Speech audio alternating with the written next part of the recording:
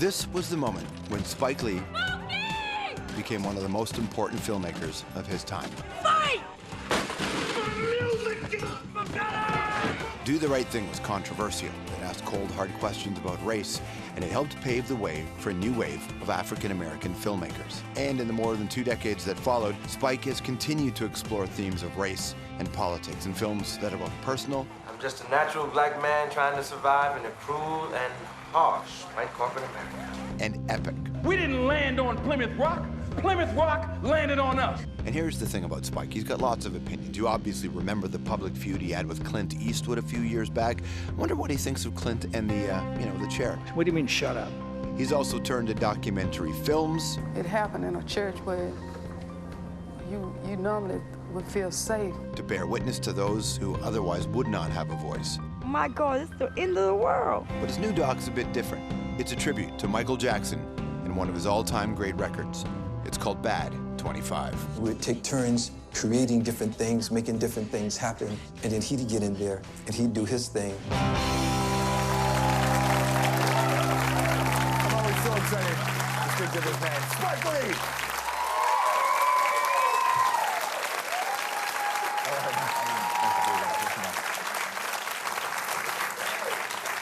Welcome back, sir. Glad to be here. Look at that shirt. There's that shirt right there. Michael. How much of this is rebranding Michael, in a way? Because so much of the conversation the last half of his life was, a lot of it was negative. Right. Well, for me, that was not my focus, but I know it's part of the record company. I understand it because no one should be calling or thinking of Michael Jackson as white wacko jacko. Yeah. And if someone did the research and read reviews of when Bad came out, they were vicious. Yeah. They were personal. They were personal attacks, had nothing to do with the music. So hopefully people can finally get back to what Michael was, which is one of the world's greatest entertainers. He was an important figure, too, in the cultural community, wasn't he? Yes, I mean, Michael was, it's funny. People don't understand, though. Michael was born in '58, so was Prince, so was Madonna. So you had this whole thing of people growing up at an age where they saw the civil rights movement, the Vietnam War, all these things were happening in America, and I know for sure definitely impacted their art. Was there anybody who wouldn't want to participate? Who said no to you? Madonna was on tour, Lady Gaga was on tour, and Prince said no. The Prince thing is so interesting. I mean, Prince is my man, too, so I know him. I thought for sure he was going to do it. He said, Spike, I can't do it. But Prince is so pivotal to Michael at that time. It was like Bird and Magic. I mean, they're each raised each other's game up, and so it was important to have, we'd like to have Minute, but we have Minute, but not from his own Why did he say no? Why do you think he said no? Did he tell you? He said, I can't do it, Spike. That's it. That's it. Because for those who don't know, the Bad song was supposed to be a duo. Quincy Jones wanted to be a duo between Michael and Prince. Right. And it had a meeting, and Michael thought that Prince brought this box, and Michael thought there was some voodoo thing in it, and he was trying to put a cast on Michael. And that's some intensity right there, man. And it never happened. Do you feel it's your responsibility, or there is a responsibility to protect and honor a fallen hero? And I say this because people forget how big a deal Michael Jackson was as a musician, and they forgot about the music. Well, here's the thing. There's no reason in the world when someone was reviewing your album, they just say, why are they writing Wacko Jacko's new album? Why was there so much? Was it just because he was big? Look, I don't know how it is in Canada. The United States, you know, they build you up and they tear you down. And Thriller, at the height of Thriller, Michael Jackson was the most recognizable person, most recognizable face on this planet. It's pretty incredible. And then he bought the Beatles catalog on top of that? They're like, then they jumped on him. You know, the record, not the Wacko Jacko stuff, but all the other controversy, and some of it was serious accusations against Michael. Right. And when children are involved, obviously it's going to take on a different note. Do you feel like it's important to Because you kind of talk about some of the mania around Michael, but we don't go there. Right. Is that intentional? The focus of this was to be entirely on the making of the album. Yeah. All the other stuff has been discussed. It's just about the music. It's about the music. Just about the music. And so when you step into this, there's a moment where I hear your voice in the background. A couple times. You hear me a couple times. But I don't see you. No, I've done a lot of documentaries, but I'm never in them. You won't see me, but you might hear me off screen. Right. That's good, actually, because it makes me think. It's not about me. It's not about me. You're there, too. I'm not Michael Moore. I don't need to be in... Mike's my man, Mike. Yeah. I still love you, baby. We're cool. I want to play a clip. Let me play a clip from the old school days. Do you know who the best player in the game is?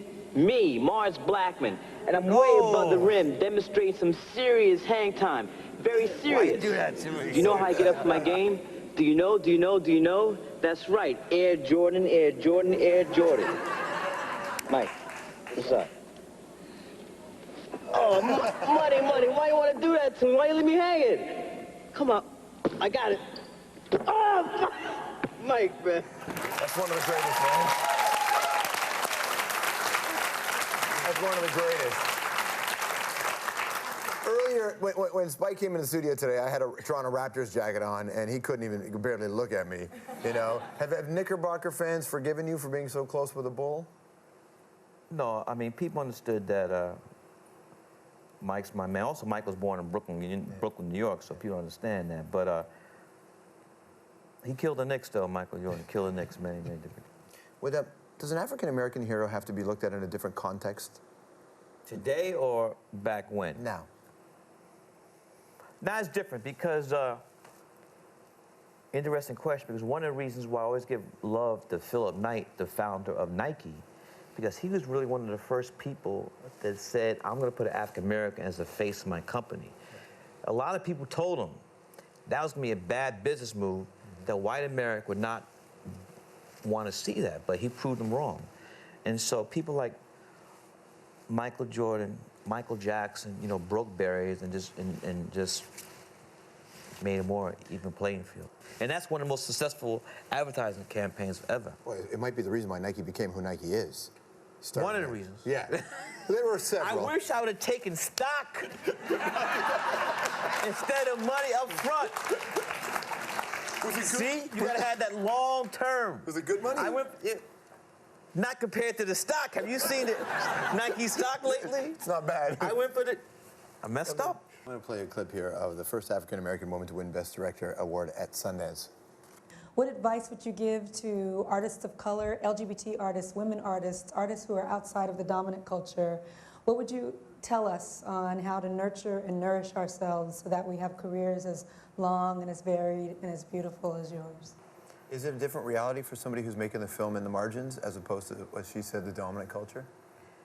Yeah, but you can't let that stop you. When I was in film school, when I was at NYU Film School from 1979 to 1982, there was only one African-American director working in Hollywood, period. His name is Michael Schultz, excuse me, and at the time, he was directing Richard Pryor's films. Richard Pryor was the biggest star in Hollywood. So if I'm in film school and say there's only one, I mean, if I'd have thought about those odds, it would have hindered me. Stick around. More with Spike Lee after this.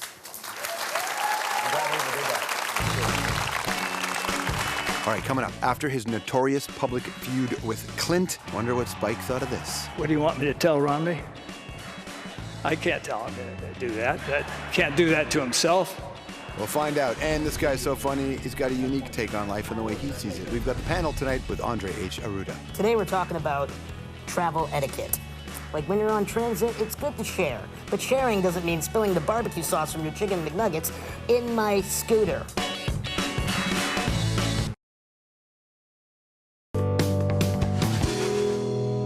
I wondered about, you know, when... You're trying to get me in trouble here. What do you want me to tell Romney? I can't tell him to do that. Can't do that to himself. You're crazy. You're absolutely crazy. That's Spike Lee.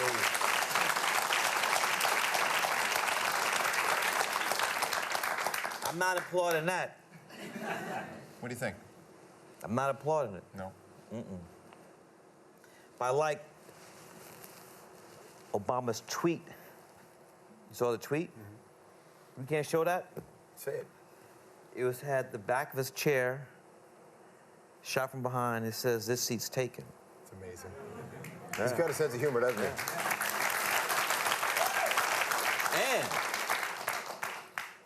he said, he's very classy. He said, "I love Clint, great actor, gave him all types of accolades, but this seat is taken."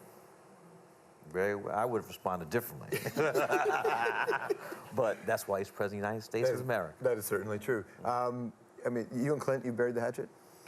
There was no hatchet to bury. You know, I made a comment. He made a comment. I made a comment. And then it was squashed. I can't wait to see it. The film is Bad 25. It's the 25th anniversary edition of the record, which you have right there, right? Yes, I want to present this to you. And thank you. Thank you so much. You need to re-listen to this record and watch the film as well. What a pleasure to see you. My man, thank you so much.